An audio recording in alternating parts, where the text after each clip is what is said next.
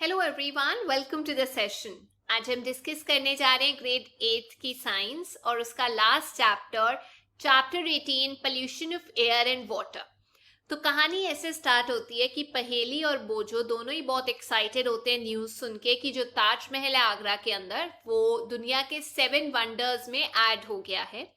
और वो उदास भी हो जाते हैं ये सुन के कि इसकी जो सुंदरता है, मॉन्यूमेंट की जो ब्यूटी है वाइट मार्बल की, ये खतरे में है बिकॉज ऑफ पोल्यूशन जो आसपास के एरिया से जनरेट हो रहा है।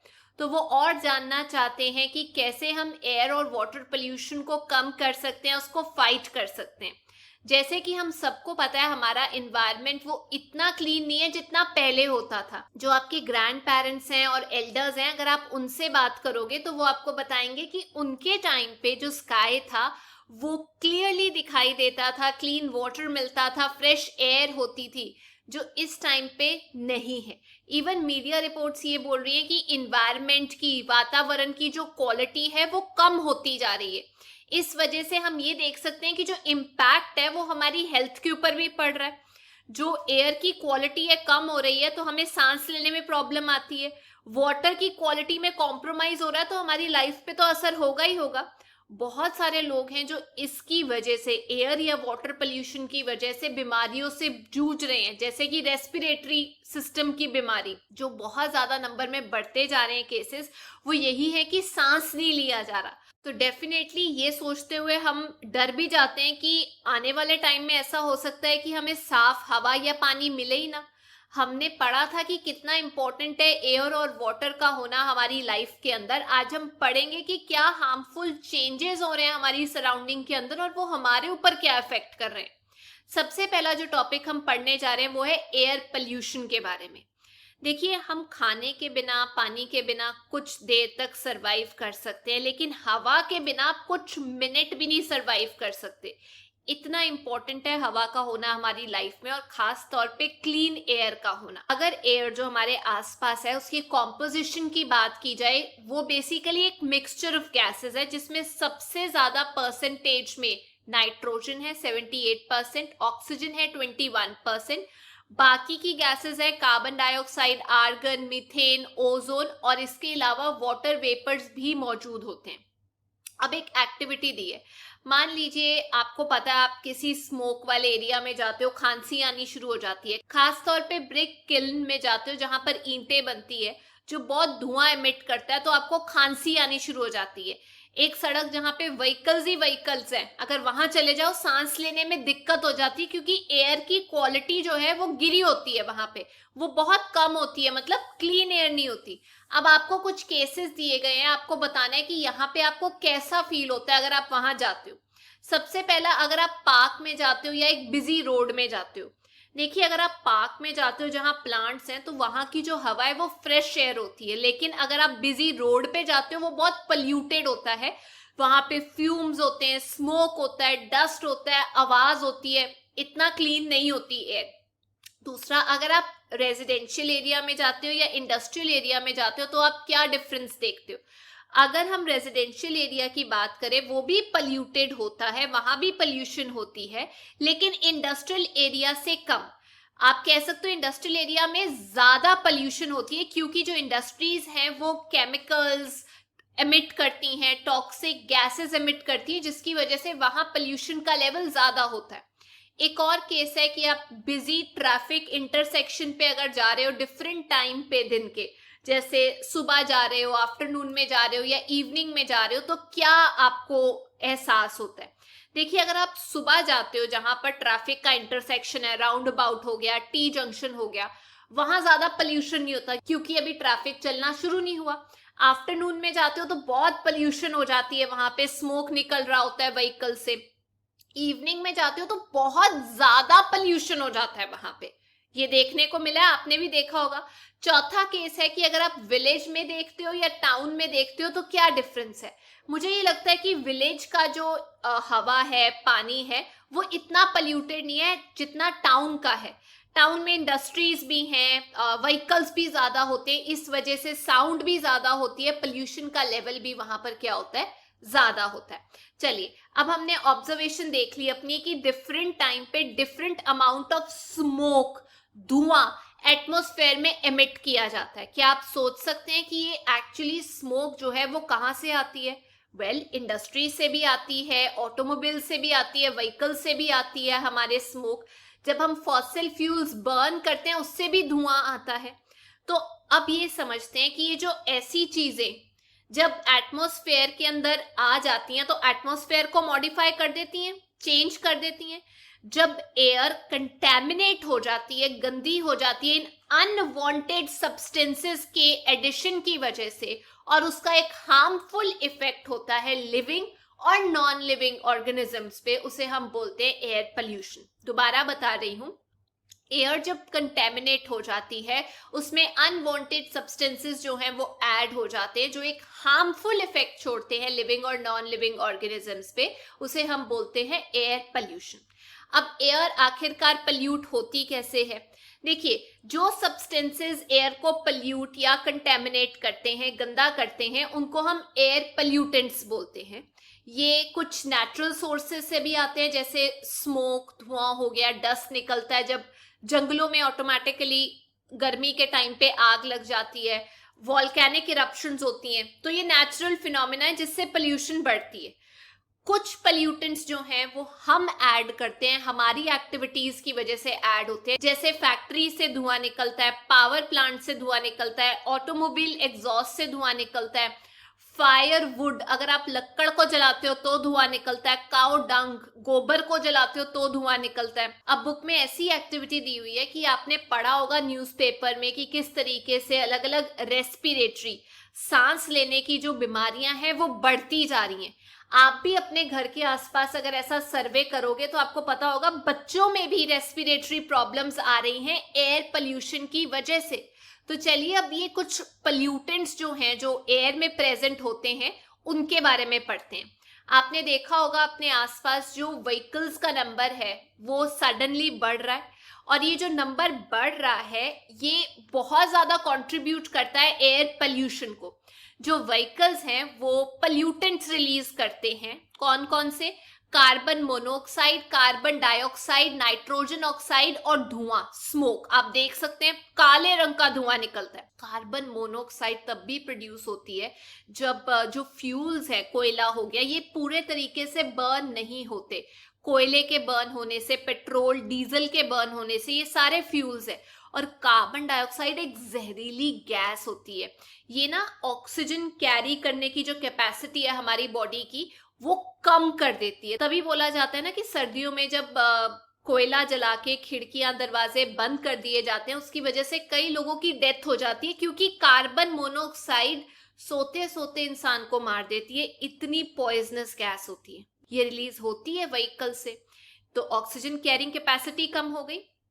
आपको एक फैक्ट बताती हूँ कि आपको पता है अगर देखा जाए कि कितने व्हीकल्स जो हैं वो दिल्ली में रजिस्टर्ड है और उनकी एक लाइन बना दी जाए तो वो जो लाइन होगी वो दो जो दुनिया की सबसे बड़ी रिवर्स है लेंथ में, नाइल और अमेजोन, उन दोनों की लेंथ के बराबर होगी। मतलब नाइल और अमेजोन को जोड़ दो तो इतने व्हीकल्स हैं दिल्ली के अंदर जो पोल्यूशन नेक्स्ट लेवल पे कॉज कर रहे हैं।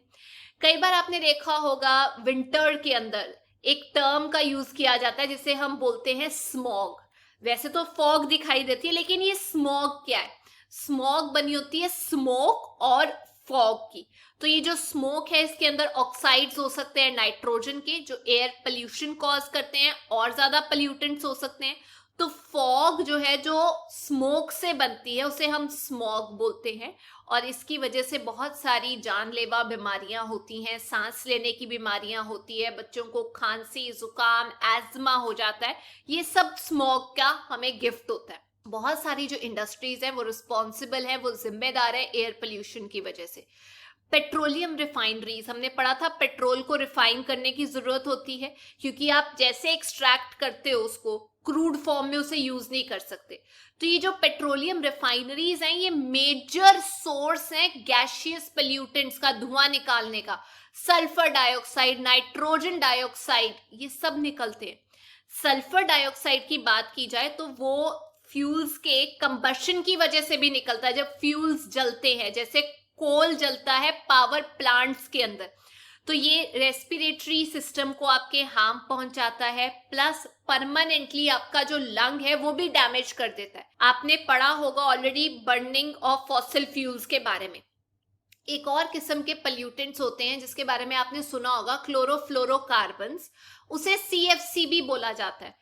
इनको हम यूज करते हैं फ्रिज के अंदर, रेफ्रिजरेटर के अंदर, एयर कंडीशनर के अंदर, एरोसोल स्प्रेज के अंदर। अब आप सोच रहे होंगे ये एरोसोल स्प्रे क्या होते हैं। देखिए, इन्हें हेल्थ केयर में भी यूज किया जाता है, डिसइंफेक्ट करने के लिए, थर्मामीटर या कोई और चीज।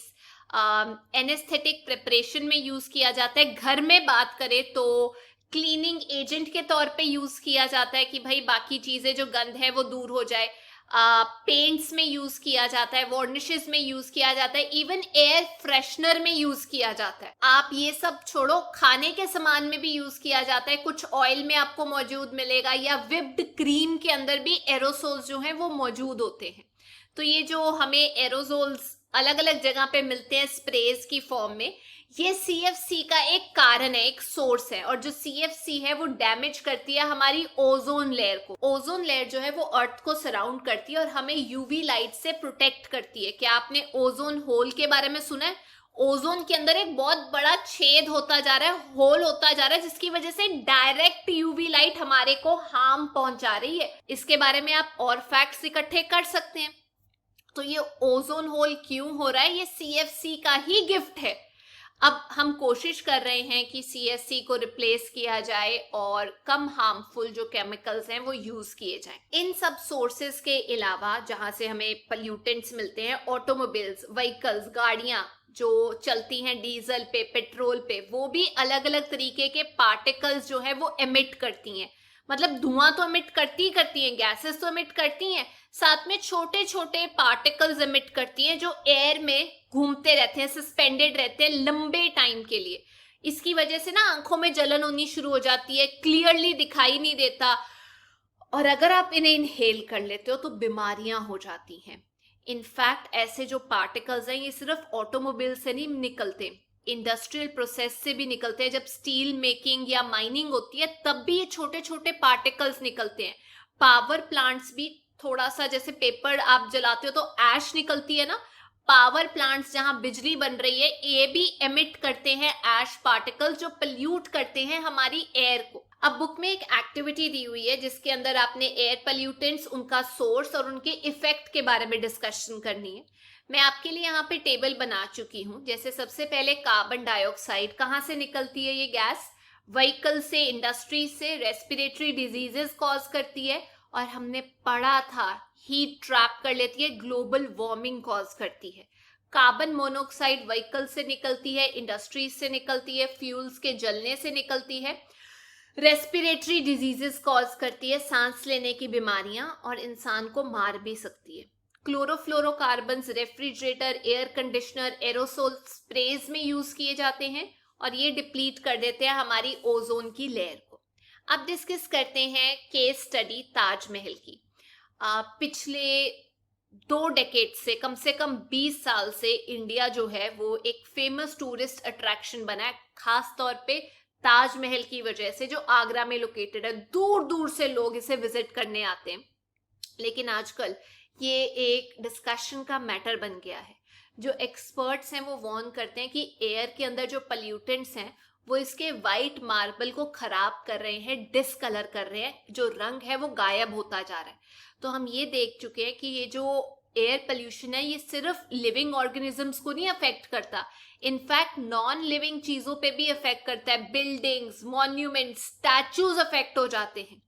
तो जो इंडस्ट्रीज हैं आगरा के आसपास लोकेटेड हैं या आगरा में लोकेटेड हैं, जैसे रबर प्रोसेसिंग इंडस्ट्री, ऑटोमोबाइल की इंडस्ट्री, केमिकल की इंडस्ट्रीज, इवन खास तौर पे मथुरा ऑयल रिफाइनरी, ये रिस्पॉन्सिबल है अलग अलग तरीके के जो पल्यूटेंट्स हैं वो एमिट करने के लिए एयर में, जैसे sulphur dioxide, nitrogen dioxide. Sulphur dioxide और नाइट्रोजन डाइऑक्साइड वाटर वेपर के साथ रिएक्ट करती हैं। ये होती गैसेस हैं, वाटर वेपर के साथ जब रिएक्ट करती हैं तो एसिड में तब्दील हो जाती हैं, और ये जो एसिड ड्रॉप्स हैं जब बारिश होती है तो ये एसिड रेन की फॉर्म में नीचे गिरते हैं, और एसिड रेन कोरोड कर देती है, खराब कर देती है मार्बल के मॉन्यूमेंट्स को, मार्बल पे अफेक्ट करती है।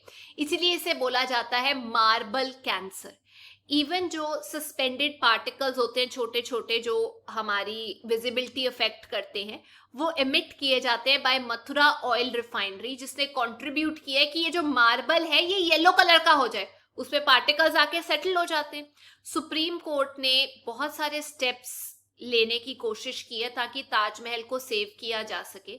जैसे सुप्रीम कोर्ट ने ऑर्डर किया इंडस्ट्रीज को कि भाई क्लीनर फ्यूल की तरफ को बढ़ो, सीएनजी यूज करो, compress natural gas, LPG use करो, लिक्विफाइड पेट्रोलियम गैस, प्लस उस एरिया में जो वाहन चलेंगे, ऑटोमोबाइल्स चलेंगे, वो अनलेडेड पेट्रोल के चलेंगे, जिसकी वजह से कम पॉल्यूशन हो। आप अपने बड़ों के साथ डिस्कस कर सकते हैं कि क्या उन्होंने कुछ साल पहले ताजमहल देखा था और आज का जो ताजमहल है वो कैसा है। आप फोटो लेके पेस्ट कर सकते हैं क्योंकि आने वाले सालों में डेफिनेटली चेंजेस आ जाएंगे।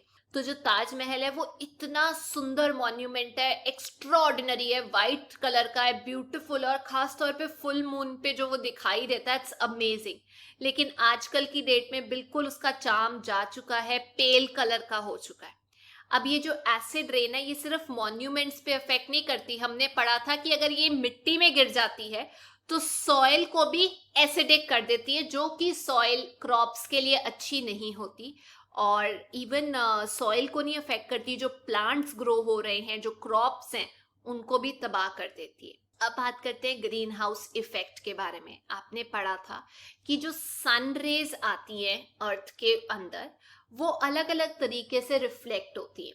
मान लीजिए कुछ सन रेज आ रही हैं, कुछ जो है वो अर्थ के सरफेस में एब्जॉर्ब हो जाएंगी, कुछ उसका पार्ट जो है वो वापस रिफ्लेक्ट हो जाता है स्पेस के अंदर। अब ये जो रिफ्लेक्टेड पार्ट है इसको एटमॉस्फेयर क्या कर लेता है, ट्रैप कर लेता है रेडिएशंस को, जिसकी वजह से अर्थ जो है वो वार्म रहती है, गर्म रहती है। आपने कभी ग्रीन हाउस नर्सरी देखी होगी या ग्रीन हाउस का एक एरिया देखा होगा, उसमें यही होता है कि सन की हीट अंदर आ जाती है और जब वापस रिफ्लेक्ट करने का टाइम आता है तो वो बाहर नहीं जा पाती, रेडिएशंस जो हैं वो ट्रैप हो जाती है, क्योंकि उसके अंदर वैसी गैसेस होती है ना जो ट्रैप कर ले अर्थ के अंदर। तो इसी को हम बोलते हैं ग्रीन हाउस इफेक्ट। कुछ गैसेस जो हैं जैसे कार्बन डाइऑक्साइड, ये वापस बाहर नहीं जाने देती हीट को, जिसकी वजह से अर्थ का बैलेंस जो है टेम्परेचर का मेंटेन रहता है। लेकिन अगर बहुत ज्यादा कार्बन डाइऑक्साइड मौजूद होगी तो जो टेम्परेचर है वो एकदम से राइज कर जाएगा, जो हमारे लिए अच्छा नहीं होगा, लाइफ थ्रेटनिंग हो जाएगा। तो कार्बन डाइऑक्साइड जो कि एक कंपोनेंट है एयर का, जिसके बारे में हमने ऑलरेडी पढ़ा था, जो प्लांट्स हैं वो यूज करते हैं एक्सेस कार्बन डाइऑक्साइड को और अपना खाना बनाते हैं। ये कार्बन डाइऑक्साइड वही चीज है जो एक पल्यूटेंट का काम करती है, एक्सेस में मौजूद होती है एटमॉस्फेयर में। लेकिन एक बच्चे का एक बड़ा इंटरेस्टिंग क्वेश्चन है कि जो कार्बन डाइऑक्साइड का कंटेंट है वो बढ़ता जा रहा है, बढ़ता जा रहा है, ऐसा क्यों हो रहा है, जबकि हमें पता है कि प्लांट्स तो इसे यूज करते हैं। वो इसलिए हो रहा है, मैं आपकी हेल्प करती हूँ। एक साइड पे कार्बन डाइऑक्साइड जो है वो रिलीज हो रही है ह्यूमन एक्टिविटीज की वजह से, और दूसरी साइड पे जो फॉरेस्ट एरिया है, जो प्लांट्स हैं, वो डिक्रीज होते जा रहे हैं। प्लांट्स यूज करते थे कार्बन डाइऑक्साइड को एटमॉस्फेयर से ताकि वो फोटोसिंथेसिस करके अपना खाना बना सके। अब क्योंकि डिफॉरेस्टेशन होती जा रही है, इसकी वजह से जो कार्बन डाइऑक्साइड का कंटेंट है वो बढ़ता जा रहा है। डिफॉरेस्टेशन की वजह से प्लांट्स उसे एब्जॉर्ब नहीं कर पा रहे, ह्यूमन एक्टिविटीज जो है वो और कंट्रीब्यूट करती जा रही है, बढ़ाती जा रही है। तो CO2 का लेवल बढ़ता जा रहा है क्योंकि हम एमिट कर रहे हैं, प्लांट साथ में काट रहे हैं, तो ये अर्थ के एटमॉस्फेयर में इकट्ठी हो जाती हैं और रिस्पॉन्सिबल होती हैं ग्लोबल वार्मिंग की वजह से। इसके अलावा बाकी गैसेस जैसे मीथेन हो गया, नाइट्रस ऑक्साइड हो गया, वाटर वेपर हो गए, ये भी कंट्रीब्यूट करते हैं इस इफेक्ट में। लेकिन जो मेजर कंट्रीब्यूटर है वो है CO2। अब ये जो ग्लोबल वार्मिंग है ये एक मेजर कॉज ऑफ कंसर्न बन गया है, ना केवल इंडिया के लिए बल्कि वर्ल्ड वाइड जो गवर्नमेंट है उनके लिए। काफी कंट्रीज ने एक अग्रीमेंट साइन किया था कि हम ग्रीन हाउस की जो एमिशन है उसे डेफिनेटली कम कर देंगे। क्यों कम करेंगे? क्योंकि उसके इफेक्ट्स जो है वो सब लोगों को दिखाई दे रहे हैं। मैं आपको इसके बारे में बताऊंगी कि कैसे कैसे दिखाई दे रहे हैं इसके अलग अलग इफेक्ट्स। तो उस अग्रीमेंट को जिसको साइन किया गया था कि हम ग्रीन हाउस एमिशन कम करेंगे, उस अग्रीमेंट को बोला जाता है क्योटो प्रोटोकॉल। ये 1992 में बाहर रखा गया था और इसको साइन किया गया था 1997 के अंदर। किसने प्रपोज किया था ये? United Nations framework convention on climate change, UNFCCC। इस कन्वेंशन ने बोला था कि भाई रिड्यूस करो ग्रीन हाउस गैसेस की एमिशन, क्योंकि एक साइंटिफिक कंसेंसस बन चुका था कि ग्लोबल वार्मिंग हो रही है इसकी वजह से और ह्यूमन लाइफ जो है वो खतरे में आ रही है। क्या आपको पता है अगर ग्रीन हाउस गैसेस जो है वो ऐसे ही बढ़ती रही तो अर्थ का जो टेम्परेचर है अगर वो 0.5 डिग्री भी बढ़ गया तो सीरियस इफेक्ट कॉज करेगा। आज की डेट में न्यूज में यही चल रहा है कि गंगोत्री ग्लेशियर जो है वो मेल्ट हो रहे हैं। और क्या असर है ग्लोबल वार्मिंग का? जो सी का लेवल है वो बढ़ता जा रहा है, क्योंकि आइस कैप्स, ग्लेशियर्स, ये सब चीजें मेल्ट हो रही हैं, फ्लडिंग हो रही है। ग्लोबल वार्मिंग की वजह से जो रेनफॉल, बारिश का पैटर्न है वो भी चेंज हो रहा है, एग्रीकल्चर का पैटर्न चेंज हो रहा है, फॉरेस्ट खत्म हो रहे हैं, प्लांट्स खत्म हो रहे हैं, एनिमल्स पे इफेक्ट देखने को मिल रहा है। इवन जो मेजॉरिटी लोग जो हैं पानी के बिल्कुल पास रहते हैं, उनका आइलैंड पे रहना होता है या आइलैंड या डेल्टा के पास रहते हैं, जैसे हमारे केस में आप कह सकते हैं बांग्लादेश के आसपास, मालदीव्स हो गया, लक्षद्वीप के आसपास जो लोग रहते हैं वो बिल्कुल पानी के लेवल तक पहुंच चुका है उनका जो लैंड का पीस है। और जरा सा ऊपर की तरफ को बढ़ा तो डेफिनेटली सब लोग जो है वो प्रॉब्लम में आ जाएंगे। इनफैक्ट जो रीसेंट क्लाइमेट चेंज की रिपोर्ट आई है वो हमें यही बोल रही है कि हमारे पास थोड़ा ही टाइम है ग्रीन हाउस इफेक्ट को, लेवल को मेंटेन करने का। अगर नहीं किया तो सीधा 2 डिग्री से ज्यादा टेम्परेचर बढ़ जाएगा, 2 डिग्री सेल्सियस से ज्यादा, और ये हम सब के लिए डेंजरस होगा। तो ये थी आज की क्लास। अब हम नेक्स्ट पार्ट नेक्स्ट क्लास में पढ़ेंगे, लेकिन अगर आपको ये वीडियो अच्छी लगी तो please make sure you like, share and subscribe. I will see you next. Till then take care, bye bye.